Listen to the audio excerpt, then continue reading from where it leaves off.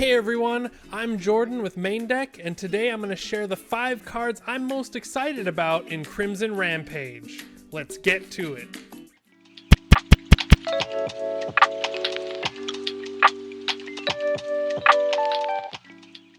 Hey everyone, welcome back.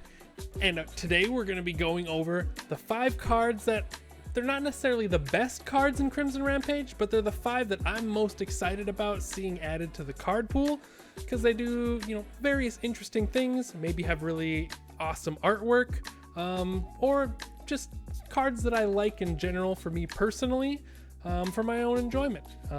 So let's go ahead and hit the table and we'll get right into the first card. The first card being actually a promo. I believe it's going to be a box topper, and it's going to be Ectoplasm. For anyone who knows me, when I play this game, I love character stackers. For those who don't know, who are just in My Hero format, in Universe's Standard, they have characters that are called character stackers, mainly because they're based around getting multiple copies of their character card in play, which allows them to grant some benefit. In this case, it brings us to Ectoplasm. His first enhance is once per turn, you can remove a copy of Ectoplasm from your stage, and this attack is considered completely blocked during the block step. As you can see, there's lots of value in that. There's a lot of cards with EX or just a lot of buffs in general that get to be unsurmountable when you're trying to stop the opponent from killing you. Some characters such as Jiro come to mind.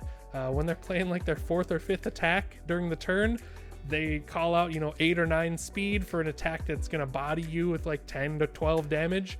It's really nice to have something like Ectoplasm on the board where you're just like, yep, whatever. Their big attack that's coming, it's completely blocked. I don't need cards in hand. I don't need to match my block modifier. It's blocked. Granted, it does remove the copy of Ectoplasm as the cost, making it a little bit of a timer for you before you have to start actually blocking stuff on your own, given that you can only run 4 copies of them and one starts on the field and can't be removed. As far as I know, you can't remove your starting character. So you basically just get 3 free blocks, assuming you can get them onto the field. Unlike Universe's Standard, however, there's no gauge keyword that allows you to search your deck or discard pile to add him in. So you're just going to have to hard play him, and in this case he has a difficulty of 3 versus the 6 of other characters, which makes it nice and easy to place him into your stage, but you will have to come across him. It is nice though to just have that nice solid block. He does also have a really nice effect where once per turn you can destroy 1 foundation, and this will allow you to add a copy of this attack from your discard pile to your hand. A weird interaction here that some people might not get right away is this can be done on either player's turn. So let's say you have a tapped, face down foundation. It's done its use. There's some other cards you want to play. Your opponent plays an attack that you also have in your discard pile. You can actually use this on their turn and, destroy one of your foundations to pick up an attack so you have more gas for your next turn, or maybe even just a nice block. The main reason you're going to be using this though is on your turn to really dig into people. As long as you get 1 attack and there's another one in your discard pile, you have free game. Well, not free game, you have to destroy a foundation, but most of the time after you play your 1st, 2nd, or even 3rd attack, you'll have tapped some foundations, and for the finishing blow, you're not going to miss that tapped foundation being blown up, especially if it's going to get you an attack that might end the game. A small honorable mention, this is going to be kind of cheating. This is going to be 1 of 2 times that I do this, but as an honorable mention, I'm just going to also show his attack just because it links in with the 2nd enhance very well. That enhance is particularly potent because there's a lot of cards like this one that kind of feed into themselves. So it has the combo of attack, high attack, while also being a high attack. So if you have one of these bad boys in your discard pile and you're playing this as your 2nd or 3rd card in a turn, chances are the opponent is either taking some damage or already blocked stuff. And with this enhance of it getting +3 speed, +3 damage, plus any other modifiers you have, getting hit with it once is gonna hurt. Getting hit with it twice is gonna really hurt. Basically, it's gonna help guarantee that little extra bit you're gonna need just to finish off your opponent. We're not gonna go into this attack too much, mainly just the purpose is to show you guys that this is one of the types of scenarios that his 2nd enhance will really shine on. Because there's a lot of combo cards that do, like I said, feed off of themselves. So being able to grab another copy to just combo a really potent combo a second time in a row will be awesome. The next card is again another one of my cheats. It's technically 2 cards, but they kind of just link together more so than this one. The next one I'm really excited about is another character, MHACCG. When I saw this character, I'm not a big 5-hander player. I'm really into the 7-handers, 6-handers, or in some cases 8-handers, if those of you know what I'm talking about. But this is a 5-hander, and it really drew me to her just because I really like the way her effects comes in, and also just because it's kind of funny based on one of her card names, which we'll get into here. So she has a constant effect. Before the game starts, you will search your deck for 4 copies of Box Full of Babies, which is just hilarious to find out that my deck is going to have cards called Box Full of Babies. Obviously, if you've seen the show, you get the reference. She's all about making machines and tech, so she has a box full of all her inventions that are her babies because it's her favorite thing to do is invent. You'll remove them from the game, all 4 copies. Her first form ability allows you to build 1 copy of Box Full of Babies from your remove from game pile into your stage. So you'll be able to do that, I believe, even on the first turn, even if you go first, because it's not attacking, so I don't think there's anything that bars you from doing it. So you'll be able to start building those into your staging area to really help your combos go off and all your attacks just be that much more potent. And I will go over that asset after this, but it'll still count as this is our second card. The other one she has is Enhance. Flip 1 Foundation. Your tech or weapon attack gets +1 damage for each asset in your stage. Now, obviously, she has her box full of babies, so you can have 1 to 4, but she has life, which also allows you to run, what's her name, Momo's creation, which is a pretty good asset on its own, even if you're not focusing around it. So if you really wanted to maximize this, you could add 1, 2, even 3 or 4 if you wanted to have that many assets. You can definitely try. In a 5-hander, I don't think I'd want that much. That's also one thing to note why I like the design of this character, because it's a 5-hander that is based around assets. And for 5-handers, you don't really like having a lot of assets and actions traditionally because they're not attacks or you can't build foundations when you have assets and actions in your hands. The fact that it removes them from your deck immediately means if you don't have any other assets or actions, anything you draw is either going to be buildable or gas to attack with, which I think is great design. It helps the hindrance of being a 5-hander, as she doesn't have as high as health as most 5-handers tend to have, but they kind of remedy it by removing and making your deck that little extra thinner, just so you can really see the cards you want to see when you want to see them. And as of course stated, Box Full of Babies. It's a 1-drop if you do end up getting it back in your deck and can play it, or anything that interacts with 1 difficulty cards, this will be there. And it has an Enhance once per turn on your turn only. You draw a card and then you discard a card unless you're MHACCG. So basically for her, this just reads you become a 6, 7, 8, or 9-hander every turn on your turn. Really, really good. And you'll start with at least 1 on your first turn. So no matter what's happening, the second you start attacking, you'll be drawing 1, maybe even 2 if you went first, because you'll drop 1 first turn, you can't attack. Second turn, you'll drop another, and then you'll have both, draw 2 cards. Really potent.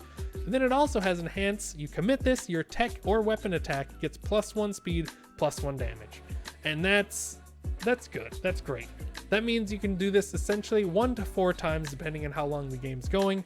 Getting +1 speed, +1 damage is going to be potent on pretty much any attack you're throwing. It'll make it harder to block and sting that little extra bit, along with the fact that you can boost their damage even more using Hatsume's ability. And I'm overall really jazzed about this character. I'm pumped. The next card is the last character we'll talk about today, which is Tokuyomi's 2-dot. Or in this case, it's just numeral 2. They dropped the dot format. He has, I think, the same stat line. I believe he was a 7-hander before. This is a 6-hander. It allows you to have a little bit of a different take on it, but I love the way that they still include his original kit. It still works great with this version of the character and just does slightly different stuff. I like when they take characters that are well designed and then basically redesign them to work in a totally different way, but they still use the same stuff just as great. So his first Enhance, once per turn, you discard a card from your card pool. and add one ally card from your discard pile into your card pool, and this is playable while committed. Being playable while committed, of course, means you can still use your Summon Dark Shadow to its full effect, as one of the costs is to commit your character. Your foundation, that when your character's committed, you get to up or lower damage, still works great with him. You have easy ways to commit your character for this.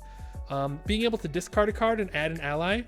Summon Dark Shadow is an ally. It'll boost all your attacks +1 speed, +1 damage. I believe there's another card in the set too. I don't think if it's an ally, it might be, but it's a foundation or his new attack that does stuff well in the card pool. So you'll be able to mess with the enemy's check or their speed, I believe it is, for his attack. And it really interacts with that stuff and still keeps it good because, you know, at the end of the day, you could do something like play Dark Shadow Rune, make actions not count, remove Dark Shadow Rune, which would normally count for progressive difficulty, and then add in a Summon Dark Shadow instead, boosting all your attacks, and now it doesn't cost anything, removing basically +1 progressive difficulty from the field and boosting everything. Sounds great. He has a second enhance, commit, ready 2 ally foundations that have not been ready in this combat phase. And I just love it because there's other cards like back to back where when you have an ally in your card pool, it does stuff.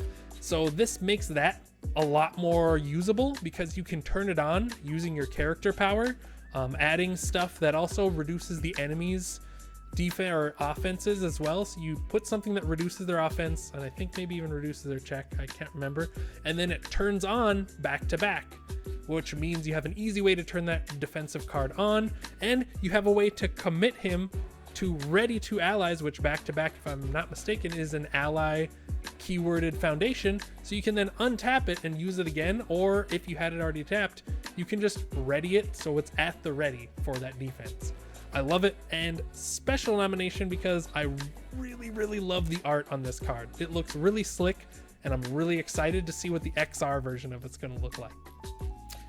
It also adds evil, and I traditionally have liked evil. I haven't made a lot of evil decks in My Hero specifically, but the fact that it has evil adds some interesting options as well that I haven't delved into yet, but I'm definitely going to be making a deck on all of these symbols just to kind of see which one plays out better.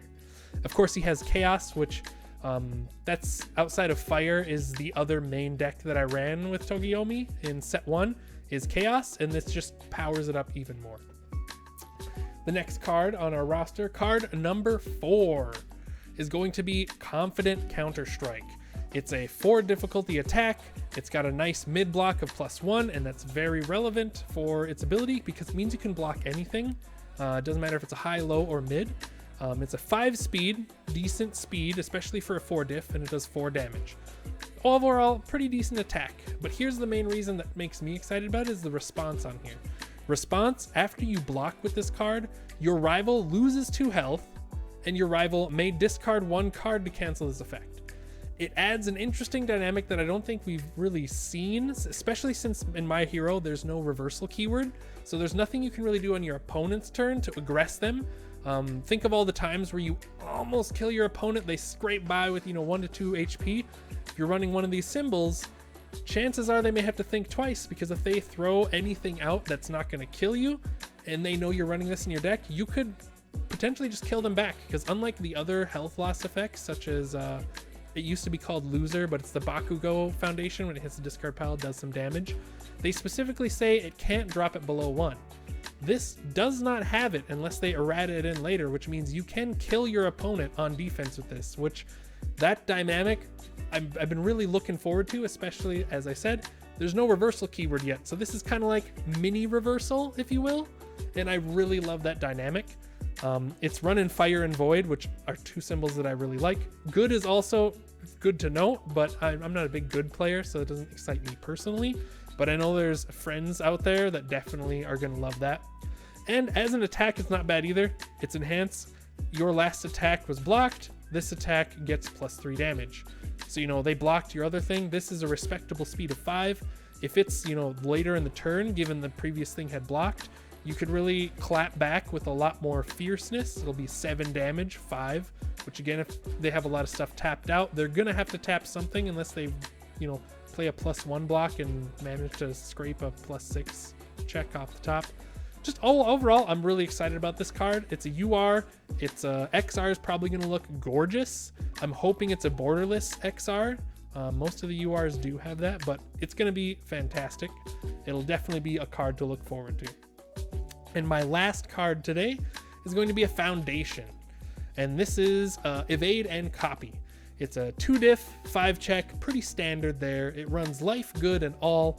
It's a 2 mid-block. I would like to see it better, but I feel like it'd be OP at that point. But the reason why I like this one is it does something that some older cards in Standard did, and there's not a lot of good ways, like I was saying before, with ectoplasm, to stop attacks that just get out of control. You're fighting Jiro. She plays her 7th card in the turn using, staff strike, so she's only paying 4, so it's pretty much guaranteed most of the time.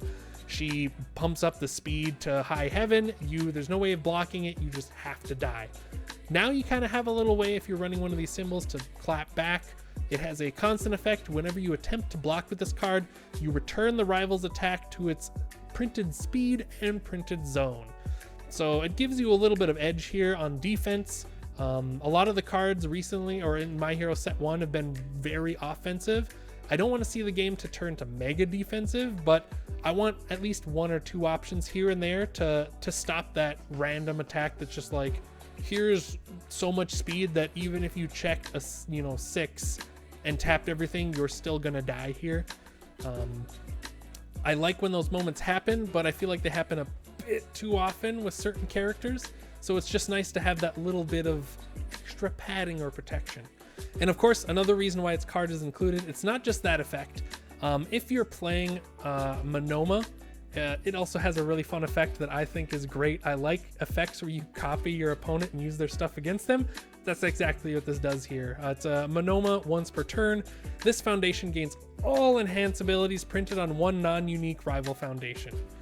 I'm assuming it goes by the regular rules where at the end of turn those effects will drop off. I'm pretty sure that's what they have in this rulebook. I know in Universe's Standard that's how it was. If it didn't state otherwise, it would just drop off at the end of turn. So I'm assuming that's what it does here, but I haven't really checked super hard into that. Either way, it's a really cool effect. If you guys have seen Monoma's character card, he does something similar where I think either his attack or one of his responses when his attack does damage, he gets to steal all the character powers, which if you've seen the show, that's what he does, is his power. But I really like that there's a foundation here that he can use to do that. And then it's just a nice all-around foundation for people to include if they want that little extra defense. I could also see this card being an auto-include in most sideboards, given that if you run these icons and you end up facing someone who has a lot of speed pump, you're going to really want this. Or maybe if you're fighting Tape Boy and you really hate that he's swapping his zones all over the place to whatever block you seem to just not have, it'll be nice just to be like, yeah, reset that to mid, block with the mid. I don't care what you did. It stopped. But yeah, and that brings us to the end of the list. Those are the 5 cards I think I'm most excited about being added to the card pool. Obviously, I'm loving the whole set. But out of the ones I looked at, those are the ones that I'm probably most excited about to add to decks or make decks based around. It's really getting me excited. I'm hoping that set 3 adds, gauge keywords so we can have more character stackers. I don't think that will happen, but at the very least, I'm hoping that reversals make a comeback. Having that interaction or making your opponent think twice when they're just YOLOing attacks and they're on death's door sometimes, or having some potent clapback effects with reversals, I think is a really fun dynamic. And I think they might be adding it just because some of the designs on some of the characters' abilities and some foundations seem like they're thinking about having some sort of reversal. Some effects that are just once per turn, that would be very potent if you could use it on your turn and the enemy's turn, but they're on your attack. I could definitely see them adding reversals in the future for that. But getting off topic, thank you guys very much. I hope you enjoyed listening to my 5 most excited cards. Go ahead in the comments, tell me the cards that you guys are most excited about for Crimson Rampage, whether they're promos or whether they're just in the base set. You looking for those clutch XRs. And thank you to all of the patrons of our channel. We love your support, and your support is the reason why we're able to keep doing this and, you know, just setting the bar higher. Hopefully we can keep bringing awesome content to you guys. I will see you guys next week with another deck tech, and have a great afternoon, evening, and day. Take care, everyone.